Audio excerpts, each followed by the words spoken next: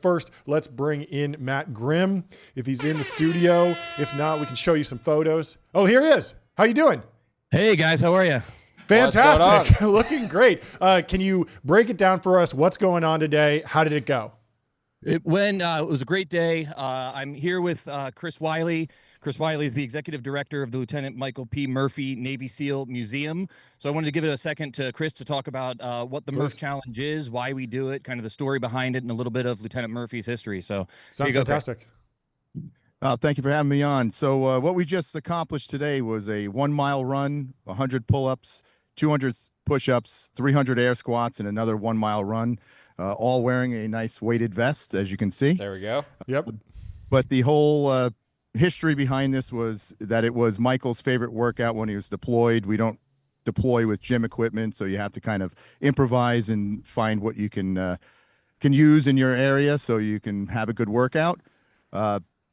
If everybody doesn't know the story of Lieutenant Murphy, the blockbuster movie, The Lone Survivor with Wahlberg and Taylor Kitsch, that was the portrayal of Operation Red Wings and how Michael stepped out into a hail of bullets to make a phone call to try to save everybody. So ultimately receiving the Medal of Honor after he died that day.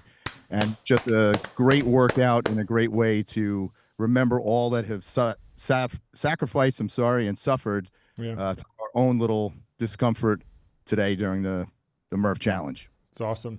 How long has this been going on? Anduril's been a part of this for a couple of years, but can you break down some of the history of this particular event? So what happened was after the helicopter pilot recovered Michael and the other guys on that mountainside, when he got back home, he heard of Michael's workout and then started doing it on his own, calling it the Murph, and it spread so quickly through the local CrossFit gyms, and then it became too much for him to handle, and then he involved the family. So this has been going on as the Murph Challenge for about 12 to 13 years now, and it's just growing every single year.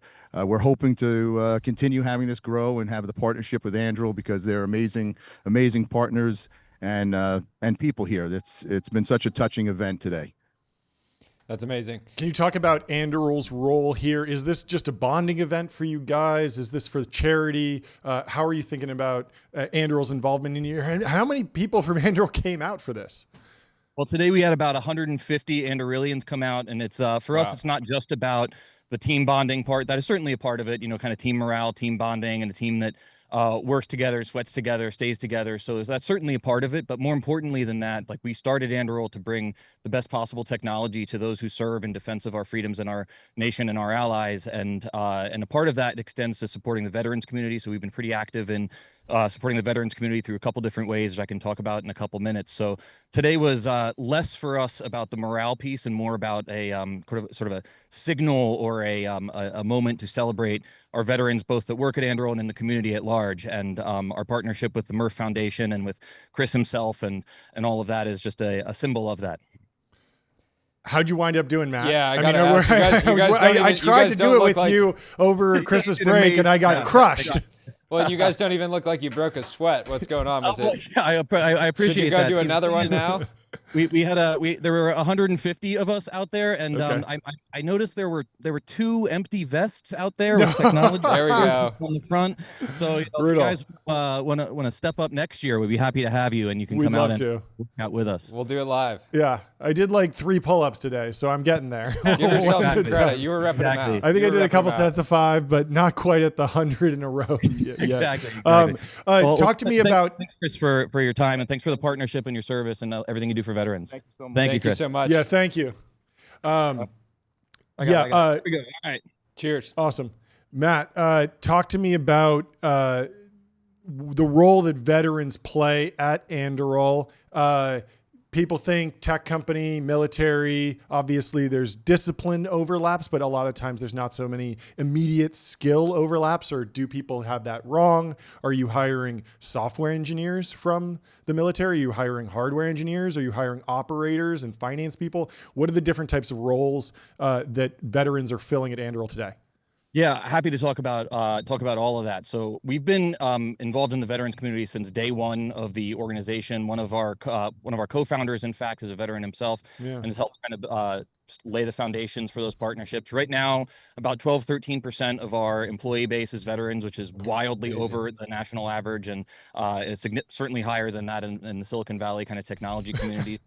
We have a partnership with a great organization called SkillBridge. That's a program run by the DoD for helping veterans transition. We have a couple of recruiting relationships with targeted to that kind of transitioning veteran kind of community, and we hire across all roles, everything from kind of field ops technicians who are installing our products and training users in the field, some of our maintenance and repair technicians, some of our production technicians on the factory floor building products, all the way through some design engineers, mechies and EEs doing work.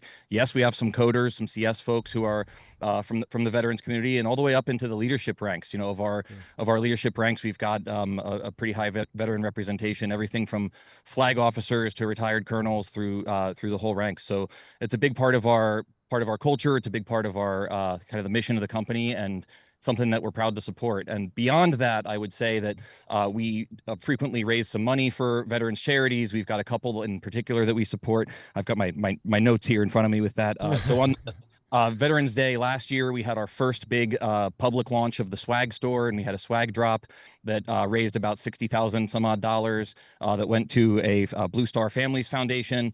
A good teaser for you, breaking news here on the Technology Brothers Podcast Network. We're launching our next swag drop on Memorial Day in about 10 days. Let's go.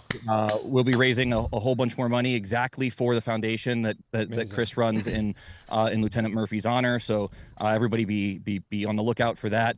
We've given some money to a great charity called Warriors Afield that is actually run by one of the Anduril executives that specializes in helping veterans kind of in distress, kind of going through some bad times by doing some mentorship and some outdoor activities and wilderness adventures and hunting and that sort of thing. So trying to build some bonds there to help veterans who are in a tough spot. So we've been very active through all the years on all this, and something that we're looking forward to continuing doing and scaling as the company grows. Okay, give us a take about how to get a job at Anduril. Well, we've got a great website, anduril.com/careers, but more importantly than the obvious just apply on the website line is like we look for people with a real mission drive. We look for people who are really driven by the call to service, who are really interested in protecting American values and our allies' values, and the escalating arms race that is happening across the world, whether that's artificial intelligence, whether that's drone technology, whether that's any sort of the kind of the next generation of what the war fighters are going to face in the battlefield. Like we look for people who are just really motivated and really driven and want to come honestly grind and work hard on really challenging and rewarding problems to help defend our country. So the number one thing you could do if you're interested in a job at Anduril, obviously apply, but more importantly is build up that skill set, build up that engineering skill set, that problem solving skill set, and that mission drive, and that's who we look for. That's fantastic. Jordan, Amazing. You got anything else? No, this is great. We got to come out for the next one. We got to start working. I mean, I think it's doable. I think I would have died this year, but I think I could do it next year if I start training today. John's build finished, the winners today finished in our women's division. She finished in about 45 minutes. Our in the men's division, he finished in 35 minutes. 35 minutes. Wow. A mile run, 100 pull-ups, 200 push-ups, 300 squats, and another mile run in 35 minutes, which is totally ridiculous and very impressive. And then myself, I finished in about an hour and 12 minutes. Not bad. Wait, you but look pretty gassed. You had 3 vests on?